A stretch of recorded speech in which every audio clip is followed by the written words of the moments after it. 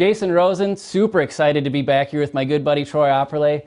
We're here to come and talk to you docs about some of the specific conditions that you see in your practice on a day-to-day basis and how enzymes can be huge supportive agents for those conditions. And the first one we want to talk about is type 2 diabetes. Big problem. So Troy, I got a type 2 diabetic patient. What's the first thing I'm looking to use and why?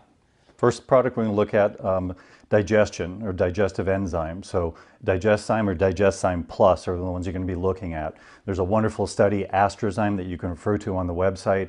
It discusses the two aspects of digestion. One is breaking the proteins down completely, and then two is the absorption of those peptides and amino acids so the body can reconfigure, recuperate, rebuild itself. Absolutely. And then I think digestion is probably one of the most overlooked things, even in a holistic, or functional medicine clinic. And I think the biggest thing that people miss on is, if your digestion isn't working properly, your liver is just going to be burnt toast because the hepatoportal system is going to pick up all that incompletely digested rotting food and dump it right into the liver again and again and again. And if the liver's a mess, it's going to be really difficult to heal a patient from any chronic illness. Wouldn't you agree? Right.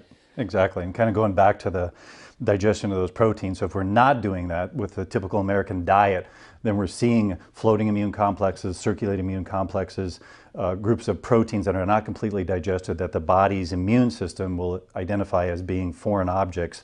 So again, the overstimulation of the immune system as a byproduct of incomplete digestion. Absolutely. So number one, we're looking to look at DIGESTXYM or DIGESTXYM Plus. Right. Just absolutely. Build a foundation there. And then from like a blood sugar perspective, what would be your favorite enzyme?